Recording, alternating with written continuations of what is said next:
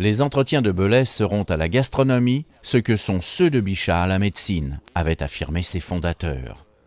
De par la volonté de la ville de Belay, c'est toujours vrai 23 ans après. C'est le moment attendu dans la vie belaysaine et du bassin, mais c'est surtout le retour aux entretiens sur 2 jours, avec encore plus d'animation, un buffet du terroir grandiose et puis le marché des produits du terroir sur 2 jours. Et le thème des conférences choisi cette année, quel goût sous l'étiquette, tombe fort à propos dans cette région qui vient de voir ses vins reconnus en AOC. Alors on a eu une intuition quand on a lancé ce thème et moi j'avais un peu en tête la fin d'un combat que beaucoup, et on y a pris notre part aussi, menait en faveur de la reconnaissance de nos vins du budget, et on a vraiment, et j'ai souhaité construire le thème autour d'une future AOC qu'on espérait bien obtenir, et on avait donc lancé le thème avant l'annonce officielle en se disant et du coup on fera là une super place à nos vins, et aujourd'hui c'est le grand moment des entretiens, assurément. Des participants de haute tenue ont débattu tour à tour des options et opportunités qui se présentent aux stratèges d'entreprises agricoles en matière de marketing,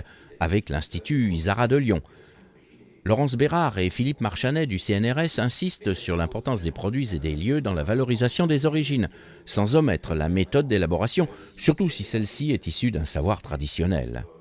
Et qu'incombe à l'INAO le rôle de définir les labels, d'en assurer la pérennité qualitative par des contrôles et la protection juridique sur le plan international. Et donc c'est bel et bien cette dimension d'aventure collective qu'il faut reconnaître, mais aussi après protéger. Et donc protéger le moment venu contre toute usurpation en France, en Europe ou en dehors de l'Union européenne. Un point fort avec les vins du budget qui témoignent de cette aventure de la labellisation longue de 19 ans. Aventure parfois épique, auquel l'adage de La Fontaine va si bien. Patience et longueur de temps font plus que force ni que rage. Car de la rage, il y en a eu quelquefois. Jean-Louis Buer parlera avec son langage diplomatique d'échanges virils. Il y a eu 2 choses au moins où moi j'ai eu envie d'envoyer tout promener. Ah Hein. Mais ouais, rassurez-vous, dans mes déceptions, je me suis vite posé les questions en me disant tu dois avoir tort quelque part, il faut continuer. C'est vrai que c'est un challenge très lourd à supporter pour cette équipe dirigeante, pour aussi tous les vignerons, parce que on était tous installés, disons, sur une sellette. L'aboutissement de l'AOC aujourd'hui, ma foi, c'est une grande joie. C'est une grande joie pour le budget, pour les viticulteurs et en même temps, disons, pour tout le territoire. Et Maurice Quinard de nous révéler qu'en considération des premières démarches du président Eugène Monin en 1972, l'obtention de l'AOC budget a usé une génération. Mais les viticulteurs sont des gens patients par nature et des habitués de l'adversité. Cela nous permet à nous, sommeliers, extérieurs à cette région, extérieurs à certaines appellations, de mieux comprendre surtout les efforts, je veux dire, que vous avez mis en œuvre. On comprend l'énergie, on a compris, en vous écoutant les uns les autres, que cette envie, cette volonté d'accession à l'AOC était pour vous quelque chose de très important. Et ça, pour nous, je crois que c'est également important de le connaître, de le savoir. Philippe Bourguignon précise qu'un sommelier n'est pas qu'un acheteur de vin. Il doit aussi vendre une histoire à ses clients, raconter les coteaux, les cépages, les vignerons, la vie, en somme, tout ce que contient une bouteille. Votre histoire est belle, on a envie de la raconter.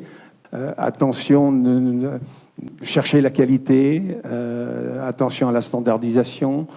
C'est plutôt en cherchant à vous distinguer que vous allez gagner le 2e pari que vous avez maintenant, c'est d'être présent dans nos maisons. Il est un 3e pari, celui de poursuivre les efforts dans le maintien de la qualité. Car une appellation aussi prestigieuse soit-elle n'est jamais acquise définitivement et qu'il reste du chemin à parcourir.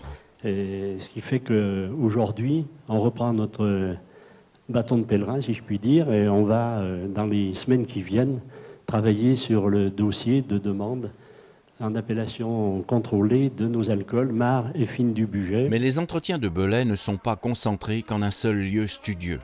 Le centre-ville vibre en harmonie.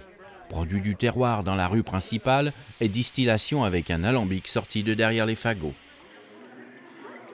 Nous avons assisté à la fabrication d'une meule de comté pour mesurer qu'une appellation n'est pas que terroir et méthode. Il faut aussi une forte dose de savoir-faire et de dextérité. Le grand public s'initie à l'art de la dégustation avec Annick Rouzet. Cette maître sommelière a beaucoup travaillé avec les viticulteurs bugistes à l'harmonie des mets vins du département, ce qui fut une aubaine lors de la dernière visite de la commission d'accession en AOC. Je ne crois pas au hasard. On avait plus de 200 vins à déguster. On a passé des heures et des heures à choisir à l'aveugle les vins. Et quand on s'est retrouvé à faire les accords mets et vins, je ne savais même pas qui étaient les invités à part l'INAO. On s'est retrouvé qu'avec les vins des vignerons présents ce soir-là. Eh bien, écoutez, ça, c'est un cadeau de la vie et c'est un cadeau des accords mets et vins. Et j'espère qu'aujourd'hui, vous allez partager cet instant aussi. L'engouement aux choses du goût n'est pas un phénomène de mode. Il prouve la grande maturité du public. Maturité dont les 23 années d'entretien ne sont pas étrangers. Par-delà les conférences et les rencontres s'ajoutent les actions de la ville avec la semaine et les classes du goût. Mais n'oublions pas que la vertu cardinale des entretiens de Belay reste l'éducation de chacun, jeunes et moins jeunes. Tous consommateurs en puissance et en devenir.